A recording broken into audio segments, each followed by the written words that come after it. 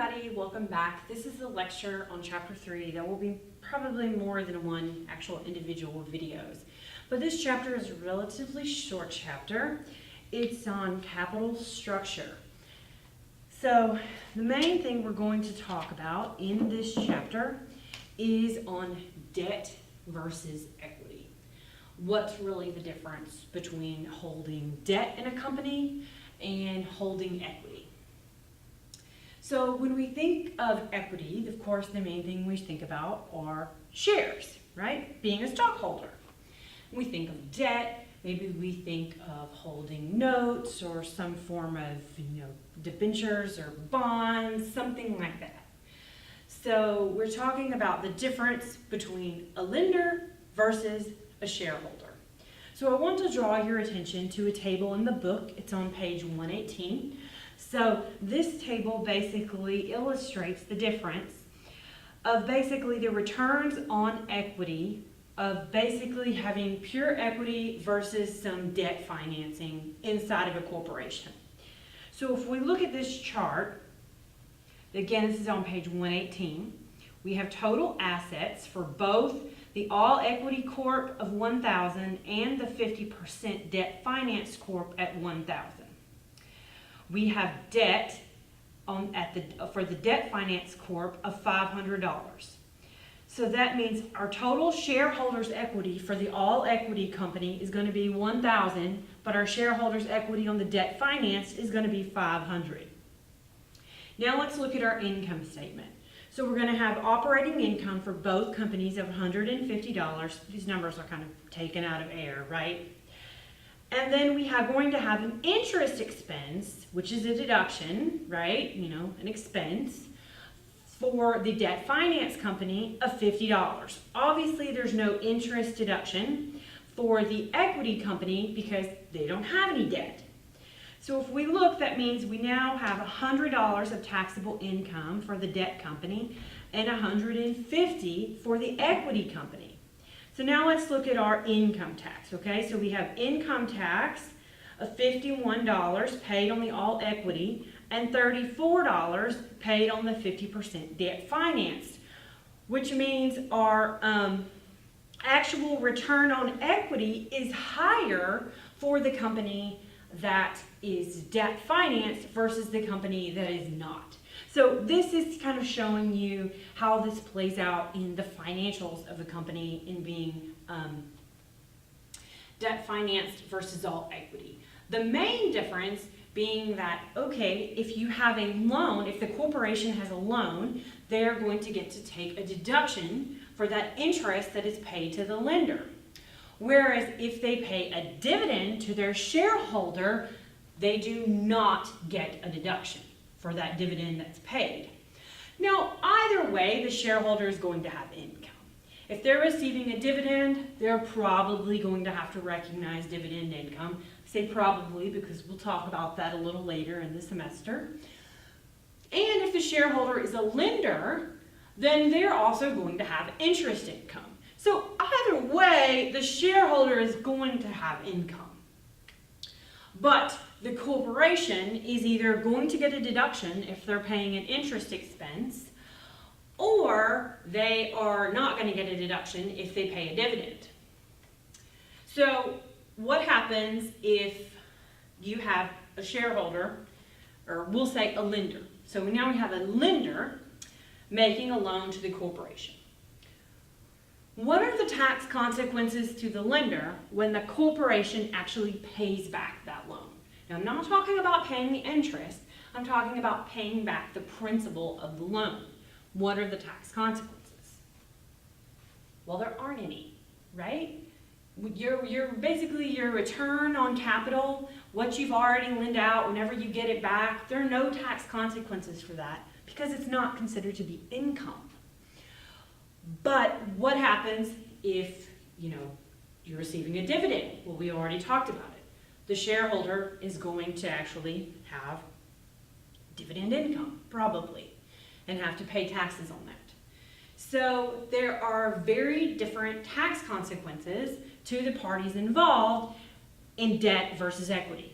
So you might be thinking, okay, well, why are we really having this conversation? It's pretty clear if somebody's making a loan to the company versus if somebody is contributing money and receiving shares. But is it? Because either way, you have money going into the corporation it doesn't have to be an individual, but we will assume it's an individual. So let's assume we have an individual, okay? Individual corporation. And they're putting money into the corporation. If they're a shareholder, they're receiving back stock.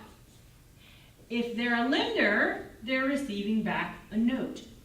But either way, they're putting money into the corporation or some other property. It could be some other property.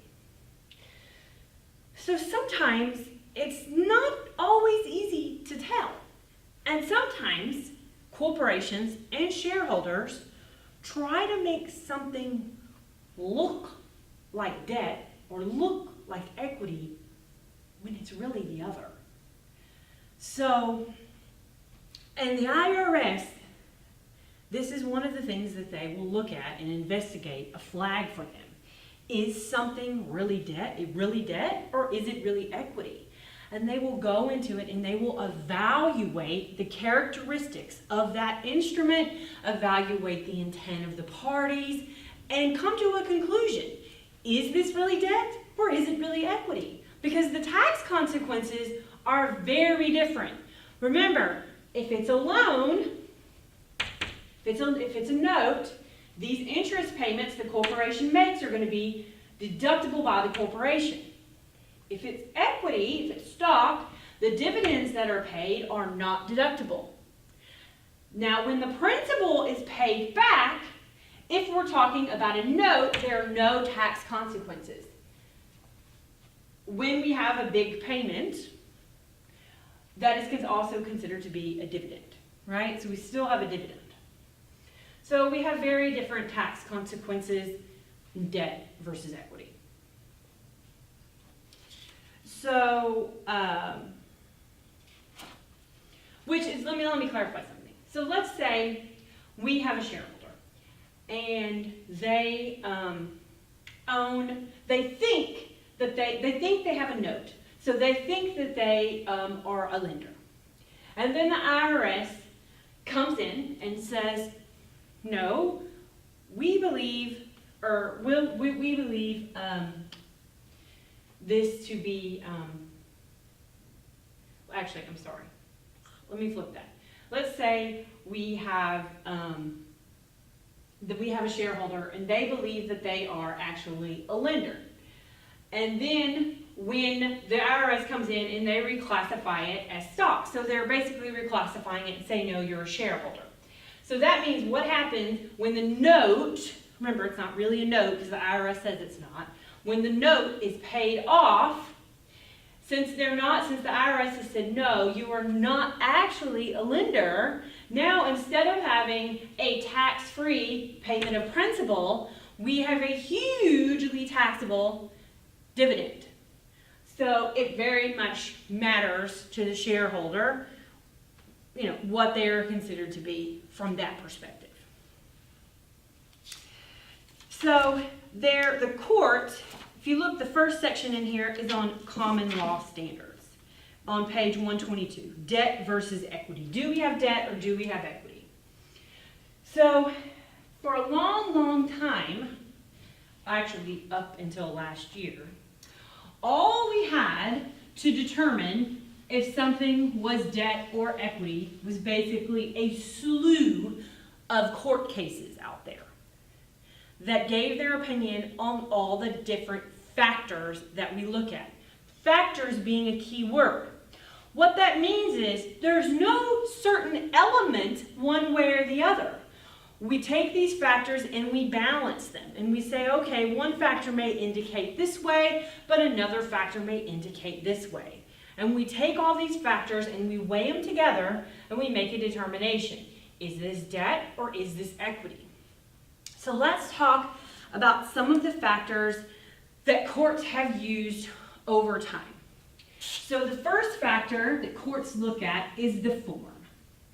So if you will remember back in chapter 1, one of the things that I talked about is form over substance. What is the form that the taxpayers give it versus what are they actually trying to achieve? This might be one of those times, probably is, when the form may say one thing, but the substance may say something else. But either way, the form of the transaction is a factor that we look at. What do the terms of the debt instrument say? What's the interest rate? Is it payable in all events? Is it payable on demand? Is it an unconditional promise to pay? What's the term of the note? These are all things that we look at. Now let's say we have an instrument and it does have interest, but it's payable, 2 points below prime. Well, that makes it seem a little bit more like equity, right? Because now what we have is a debt instrument with basically interest that is below the market. So that could be something. What if the instrument said interest is payable out of profits of the corporation? Ooh, that's really fishy, right? What does that look like to you? Not an interest payment, a dividend, right? So those are things we have to be wary of when we're looking at the form. Okay? The next big thing we look at is our debt to equity ratio. So how much debt does the company have versus how much equity? What is or is not an acceptable ratio just depends. It depends a lot on the industry that the taxpayer is in. It depends upon whatever federal circuit they're in. Different circuits have different standards. I'd say a good rule of thumb is somewhere between like 7 to 10%. But it very much depends upon the industry, upon the court, whatever's going on. There is also some debates on how debt to equity is actually calculated, and we'll see this in some problems. Do we just consider outside debt? So debt received from a bank or some other independent third party? Or do we also include inside debt? So debt received from shareholders. Because sometimes you have shareholders that are also lenders. So do we consider both outside debt, or do we consider just outside debt, or do we consider both outside and inside debt? Again, it depends. The next factor that we look at, that courts have historically looked at, is intent. What is the intent of the parties? Did they mean to create a debtor-creditor relationship here? This is an objective test, meaning we look at it from a reasonable person perspective, not necessarily from the perspective of the people involved. But some things that we looked at with intent, the lender's reasonable expectation of payment. Was there really an expectation of payment here? We look at the financial condition of the company. Were they even able to pay? Did they have the cash flow to be able to do it? Another thing we look at here with intent is hindsight. Interesting, right?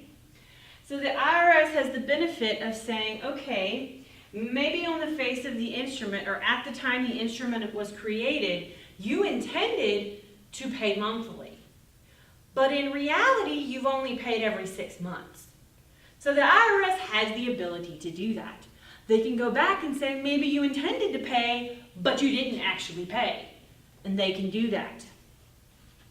The next factor, which is a big one, is proportionality. So let's think about this one.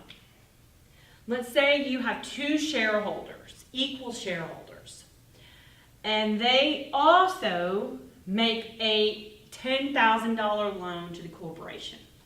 So they're both 50% shareholders, and they're making equal amounts of loans to the company. So you have to ask, how is this loan really changing their economic stance in the corporation? It's kind of not, right? They're still 50% shareholders, and now they have an equal loan to the company that they owned in the same proportion that they own their shares. So is this really a loan, or is it just additional equity that's being created here?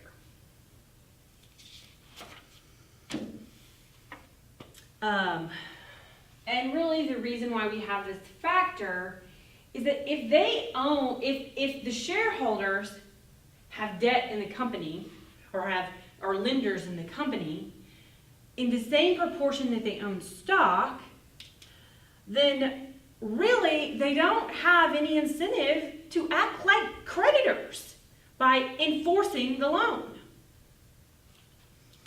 Another factor courts look at, this one does not have a lot of power by itself, but it's subordination. It means is this instrument subordinated to the loans of other creditors? And the reason why this one isn't given quite as much oomph is because in reality, when you're talking about a third-party lender like a bank, they are going to demand priority above other creditors. So there's not really a whole lot of bargaining power, even amongst a legitimate loan from shareholders to a company, something that really is a loan.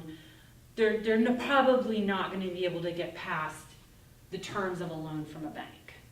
They're probably going to demand priority among creditors. But this factor, in consideration with other factors, it says in the notes that it's kind of the smoking gun. So it's kind of the tip of the iceberg, so to speak.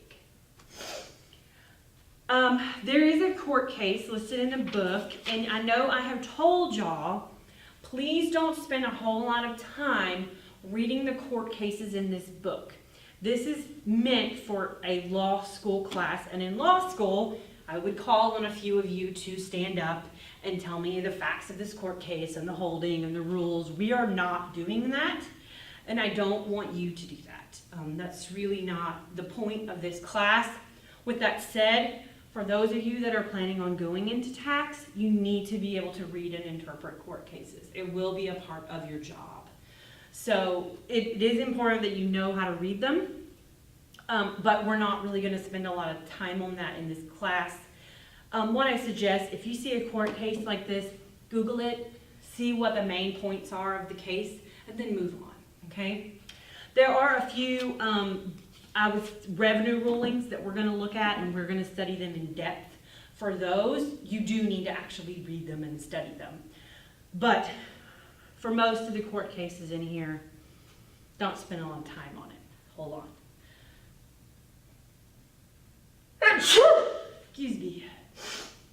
Anyway, so some of the factors that this Endmar case, which is a 2006 case, looked at. Let's take a look at page 3 of your lecture materials. The name given to the instrument. So that's kind of a form factor. The presence or absence of a fixed maturity date and schedule of payments. Again, form. The presence or absence of a fixed rate of interest. Form. The source of the repayments. Kind of a form.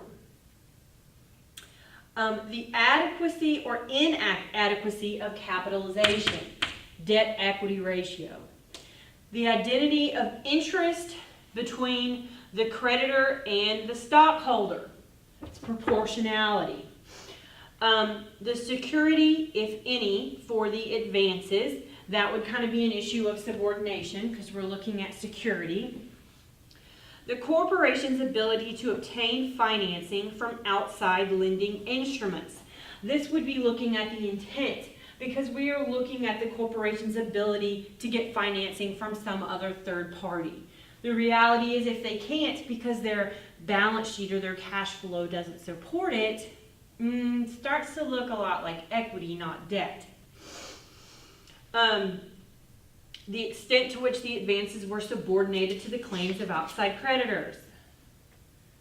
Right here. So the presence or absence of a sinking fund to provide repayments. Again, that's going to go here to intent. So these are the things that this one Indmar course looked at. And as you can see, they're really just a variation of these factors that we already have. We are skipping the section on hybrid instruments. In this chapter, it's on page 137, so I don't want to spend any time on hybrids. It's not a very long thing anyway. What hybrids are is they are instruments that are considered to be debt in one country, but equity in another country. So a